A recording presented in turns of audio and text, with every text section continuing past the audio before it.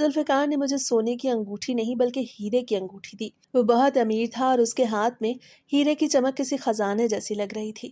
اس کا منہ دیکھ کے لگا کہ دانت نہیں ہے اور عمر اس کی 70-71 سال کے قریب ہوگی۔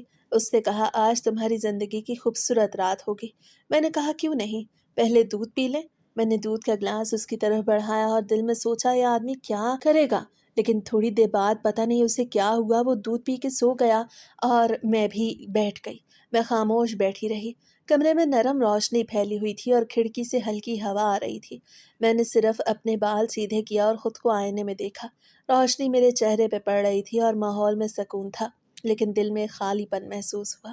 جیسے ہی وہ نیند کی وادیوں میں چلا گیا اور اس سے خراٹے لینا شروع کیے، میں نے فون اٹھایا اور ایک کال کی۔ چند منٹوں بعد میرے دروازے پہ دستک ہوئی۔ میں نے دروازہ کھولا اور دیکھا میری ماں اور 3 بہنیں تھیلے ہاتھوں میں لیے کھڑی تھیں۔ میں نے انہیں کہا چلو شروع ہو جاؤ، جو بھی قیمتی چیز ملے اسے ان تھیلوں میں ڈال دو۔ میری ماں نے سیدھا الماری کی طرف ہاتھ بڑھایا۔ الماری لکڑی کی اور مضبوط تھی۔ دروازے کے قریب سے میں نے دیکھا کہ وہ کھڑکی کے پاس جا کے کھڑا ہوا اور بغیر کسی ہچکچاہٹ کے دروازہ کھولا۔ الماری کے دروازے کھلتے ہی اندر سے چمکدار پیسے اور قیمتی گھڑیاں نظر آئیں۔ پرفیوم کی خوشبو ہوا میں گھل گئی۔ بہنیں ادھر ادھر دیکھ کے سارے قیمتی سامان اٹھانے لگیں۔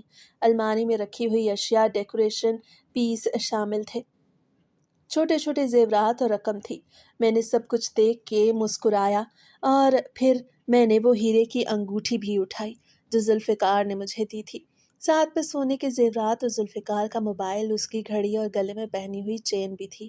جیب میں رکھے ہوئے پیسے بھی ہم نے نکال لیے۔ میری چھوٹی بہن فریج کے قریب کھڑی تھی اور اس پہ رکھی امپورٹڈ چاکلیٹس اٹھا لیں۔ ہر چیز کو دیکھ کے ہم نے تھیلوں میں رکھنا شروع کیا۔ ذوالفقار جب تک ہوش میں آتا، ہم نے صبح ہو جانے تک سارا سامان اٹھا لیا۔ تھیلوں میں ہر چیز محفوظ تھی۔ ہم نے سکون سے ہر کمرے کا معائنہ کیا اور کچھ بھی رہ نہ گیا تھا۔ سامان پیک کرنے کے بعد ہم ہوٹل کی طرف نکلے۔ ہوٹل کے کمرے سے اپنا تھوڑا سا سامان اٹھایا اور ہوٹل کے پیسے بھی ادا کیے۔ ہم گاڑی میں بیٹھے اور لاہور کے لیے روانہ ہوئے۔ گاڑی میں تھیلے اور باکس رکھے گئے تھے اور راستے میں ہم نے ہر چیز کا حساب کتاب کیا۔ گاڑی کے اندر ہلکی روشنی تھی اور باہر شہر کی دھندلی روشنی چھت کے ذریعے نظر آ رہی تھی۔ ہم خاموشی سے بیٹھے تھے لیکن دل میں مسرت تھی۔ لاہور پہنچنے کے بعد ہم نے کرائے کا چھوٹا سا گھر لیا۔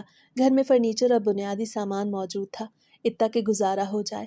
ہم نے بیٹھ کے تھیلے کھولے اور دیکھا جو کچھ ہم نے اٹھایا تھا اس کو جمع کر کے اندازہ لگایا تو معلوم ہوا کہ تقریباً 1 کروڑ کا سامان تھا۔ ہماری آنکھوں میں مسکراہٹ تھی کیونکہ ہم ایسے ہاتھ مارنے کی عادت میں آ چکی تھی۔ یہی ہمارا کام تھا، امیر اور شادی کرنے کے شوقین بوڑھوں سے شادی کرنا، اب سب کچھ لے کے بھاگ جانا۔ ہمارا نقلی نکاح بھی منصوبہ بندی کے مطابق ہوا تھا۔ ہر چیز کا انتظام پہلے سے تھا۔ میں نے ذوالفقار کے دودھ میں نیند کی دوائی ڈال دی تاکہ وہ کبھی اٹھ نہ سکے اور صبح تک ہوش میں نہ آئے۔ اس کے بعد وہ ہمیں کسی بھی طرح پکڑ نہیں سکتا تھا۔ ہم اپنے نام اور جگہ بھی بدل دیتے تھے اور تصویریں بھی نقلی بنوائی جاتی تھیں۔ فوٹوگرافر بھی ہماری اپنی ٹیم کا حصہ ہوتا تھا۔ پورا پلان پہلے سے بنایا ہوا تھا اور ہماری پوری ٹیم ہر چیز میں شامل تھی۔ ہر کمرے کی چھان بین اور ہر زاویے کا معائنہ پہلے سے طے شدہ تھا۔ ہم نے ہر قدم سوچ سمجھ کے اٹھایا۔ جی اس فوٹوگرافر نے ہمارے لیے تصویریں بنائیں، اس کو بھی پیسے دے دیے۔ جس عورت نے اس بڈھے کا رشتہ بتایا یعنی ہمیں اس کو ریکمینڈ کیا تھا، اس کو بھی پیسے دے دیے۔ یہ سارا کچھ فون پہ ہی ہوتا تھا، اکاؤنٹ ٹو اکاؤنٹ پیمنٹ ہوتی تھی۔ سب کو پیسے دے دلا کے بھی کافی سارے پیسے بچ گئے تھے۔ ظاہر سی بات یہ 1 کروڑ روپیہ کم نہیں ہوتا۔ اس کے بعد ہم لوگوں نے سوچا کہ اب لاہور آئے ہیں تو چلو سیر کرتے ہیں۔ ویسے تو برقع لوگ پردہ کرنے کے لیے پہنتے ہیں، لیکن ہمارے لیے برقع ایک اوزار تھا۔ ہم سب اسے پہن لیتے تھے تاکہ غلطی سے بھی کوئی ہمیں پہچان نہ سکے۔ ہر بار جب ہم باہر نکلتے تو ہماری شکل چھپی ہوئی تھی اور ہر آنکھ ہماری طرف نہ آ سکے۔ برقع ہمارے لیے شناخت چھپانے کا ذریعہ تھا اور پھر ہم پیسے اڑایا کرتے تھے۔ ہمیں معلوم تھا کہ شادی ہونے اور سب کچھ لوٹنے کے بعد پیسہ کمانا آسان نہیں ہوتا۔ 1-2 مہینے کی محنت کے بعد ہم 2 مہینے کی سیر تفریح پہ نکل جاتے تھے۔ ہم بڑے بڑے ہوٹلوں میں جاتے، ہوٹل کی شیشے کی بڑی بڑی کھڑکیاں باہر کے منظر کو اندر لاتی اور اندر کی روشنی نرم اور خوشبودار ہوتی۔ ہم لابی میں قدم رکھتے اور ہر طرف سجاوٹ کی خوشبو محسوس کرتے۔ کھڑکی سے باہر کے منظر میں پارک کی سبزیاں اور درخت نظر آتے اور بچوں کے کھیلنے کی آوازیں دور سے سنائی دیتی۔ ہوٹل کے ریسٹورنٹ میں بیٹھ کے ہم کھانے کا انتخاب کرتے۔ ہر چیز شیشے کے بڑے ڈشوں میں آتی تھی۔ برگر، پیزے، سلاد اور امپورٹڈ ڈرنکس سامنے رکھی جاتی تھیں۔ کھانے کی خوشبو ہوا میں گھل جاتی تھی اور ہر لقمہ نرم اور ذائقہ دار لگتا تھا۔ چھوٹی بہنیں جو ابھی 15 سال سے کم عمر تھیں، قد میں لمبی لگتی تھیں، وہ بھی کھانے سے لطف اندوز ہو رہی تھیں۔ میں انہیں کبھی فلم دکھانے لے جاتی، کبھی کسی ہوٹل کی چھت پہ جا کے باہر کا منظر دکھاتی، کھڑکی سے روشنی اور ہوا کے جھونکے محسوس کراتی۔ کبھی ہم کافی شاپ میں جا کے کافی اور کیک لیتے اور ایک دوسرے کے ساتھ ہنسی مذاق کرتے۔ کھانے کے دوران باہر کے درخت اور روشنی کا منظر دل کو خوش کر دیتا۔ ہم ہر جگہ آرام اور عیش سے رہتے۔ ہوٹل کے کمروں میں بڑی بڑی کھڑکیاں اور نرم بستر ہوتے، پردے ہلکے اور کپڑوں کے ہوتے جو روشنی کو نرم کر دیتے۔ چھت سے لٹکی روشنی ہر کمرے میں رنگ بکھیرتی۔ ہم اپنی پسند کی موسیقی سنتے اور کبھی کبھار باہر کے مناظر کے ساتھ فوٹو لیتے۔ کبھی پارک کے کنارے جا کے بیٹھتے اور درختوں کی ٹھنڈی چھاؤں میں خاموشی سے باتیں کرتے۔ کبھی جھولے پہ بیٹھتے، ہوا میں اپنے بال لہراتے اور ہر لمحے کو محسوس کرتے۔ ہوٹل کے ریسٹورنٹ میں کھانے کے بعد کبھی ہم شہر کے بڑے شاپنگ مال جاتے۔ وہاں روشنی اور رنگوں کی بھرمار ہوتی تھی۔ شیشے کی بڑی بڑی دیواروں میں ہمارے عکس نظر آتے اور ہر دکان میں مہنگے کپڑے اور جوتے رکھے ہوتے۔ ہم اپنے لیے چیزیں منتخب کرتے، کبھی برگر پیزا کھاتے، کبھی شاپنگ کرتے وقت شوقین ہنسی اور باتیں ہوتی تھیں۔ ہم ہر لمحے کو خوشی سے محظوظ ہوتے۔ چھوٹی بہنیں کھیل کود اور گیمز میں مصروف رہتی۔ میں انہیں سیر کراتی اور کبھی ہوٹل کی چھت پہ بیٹھ کے شہر کی روشنی دیکھتی، کبھی پارک میں درختوں کی ٹھنڈی چھاؤں میں بیٹھتی۔ ہم گھر میں کھانا کبھی نہیں بناتے، ہر بار باہر سے ہی آرڈر آتا۔ کھانے کی خوشبو اور گرم ڈشیں ہمارے کمرے میں خوشبو بکھیرتی تھیں۔ کبھی کبھی ہم کافی شاپ کی چھت پہ بیٹھ کے باہر کی روشنی دیکھتے اور نرم ہوا محسوس کرتے۔ کبھی ہوٹل کے کنارے جا کے پانی کی چھوٹی چھوٹی لہروں کو دیکھتے۔ یہ سب منظر ہمیں لطف دیتا اور ایک طرح کا آرام سکون ملتا۔ ہم نے اپنے عیش و عشرت کے لیے ہر لمحے کو پلان کیا ہوا تھا۔ ہم جانتے تھے کہ ہماری زندگی کا ہر لمحہ عیش سے بھرا ہوا ہونا چاہیے۔ ہم سب کو اس وقت کسی برائی کا احساس نہیں تھا۔ ہم اپنے کام میں مصروف اور مزے میں لگے ہوئے تھے۔ ایسا لگ رہا تھا کہ بس یہی زندگی ہے۔ ہر دن ہوٹل کے کمروں میں روشنی، پارکوں میں ہریالی، شاپنگ مال میں رنگ و روشنی اور کھانے پینے کے ذائقے، ہر لمحہ ہماری زندگی کو مکمل کر رہا تھا۔ ہر چھوٹی بہن اپنی جگہ خوش، میں اپنی جگہ خوش اور ماں بھی مسکرا رہی تھی۔ ہم سب ایک ساتھ عیش و عشرت میں پڑے ہوئے تھے اور وقت کی پرواہ کیے بغیر ہر لمحے کو محظوظ کر رہے تھے، مزے سے آرام کر رہی تھی۔ میں اپنے آپ کا بہت خیال رکھتی تھی۔ ایسا نہیں تھا کہ میں بے ترتیب کھانے کھاتی اور اپنا وزن بڑھا لیتی۔ میں اپنی صحت اور فٹنس کا خیال رکھتی تھی۔